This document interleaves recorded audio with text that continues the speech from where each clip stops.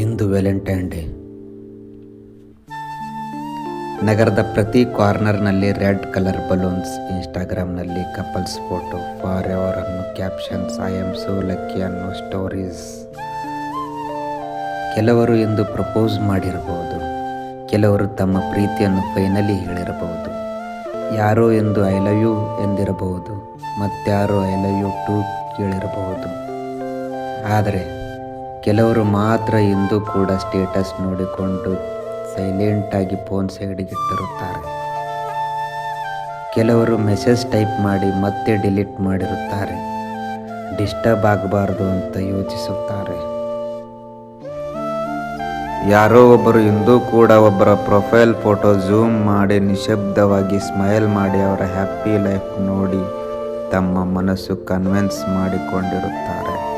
ಕೆಲವರು ಇಂದೂ ಕೂಡ ಅದೇ ಒಬ್ಬರನ್ನು ನೆನಪಿಸಿಕೊಂಡಿರುತ್ತಾರೆ, ಅವರು ಈಗಾಗಲೇ ಇನ್ನೊಬ್ಬರಾಗ್ಬಿಟ್ಟಿರುತ್ತಾರೆ.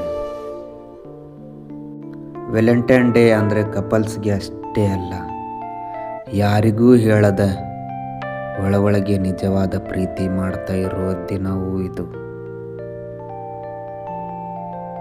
ಯಾರಾದರೂ ಇಂದು ಹೌದು ಹೇಳಿರಬಹುದು, ಯಾರಾದರೂ ಸಾರಿ ನನಗೆ ಹಾಗೆ ಅನಿಸಲ್ಲ ಕೇಳಿರಬಹುದು.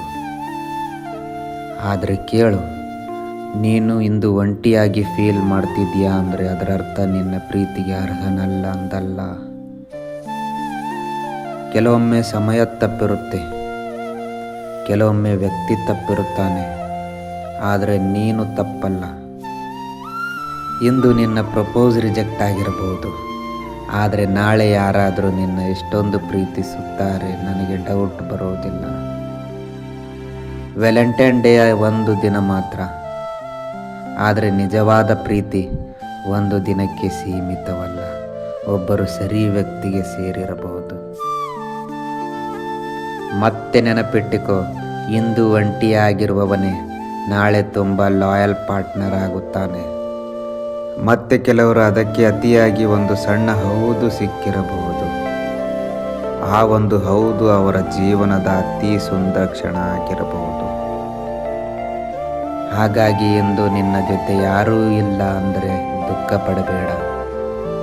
ಬಹುಶಃ ದೇವರು ನಿನಗಾಗಿ ಯಾರನ್ನು ಇನ್ನೂ ಸೇಫಾಗಿ ಕಾಯ್ದಿರಿಸಿದ್ದಾನೆ. ಆದರೆ ಇದೇ ದಿನ ಯಾರೋ ಒಬ್ಬರು ಫೋನ್ ಸ್ಕ್ರೀನ್ ನೋಡ್ತಾ ಒಂದು ಮೆಸೇಜ್ ಟೈಪ್ ಮಾಡಿ ಮತ್ತೆ ಡಿಲೀಟ್ ಮಾಡಿರುತ್ತಾರೆ. ನಾನು ಹೇಳಿದರೆ ಫ್ರೆಂಡ್ಶಿಪ್ ಕೂಡ ಹೋಗ್ಬೋದು ಅಂತ ಭಯಪಟ್ಟಿರುತ್ತಾರೆ. ಅವರು ಹ್ಯಾಪಿ ಇದ್ದರೆ ಸಾಕು ಅಂತ. ಬಹುಶಃ ದೇವರು ನಿನ್ನ ಹೃದಯವನ್ನು ತಪ್ಪು ಕೈಗಳಿಗೆ ಕೊಡೋದು ಇಷ್ಟಪಡಲ್ಲ, ಅದಕ್ಕಾಗಿ ಅವನು ಕಾಯಿಸುತ್ತಾನೆ ಸರಿಯಾದ ಸಮಯಕ್ಕೆ ಸರಿಯಾದ ವ್ಯಕ್ತಿಗೆ.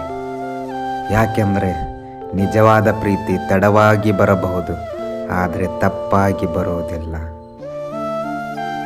ಎಹಸಾಸ್ ಬೈ ವಿಜಯ್.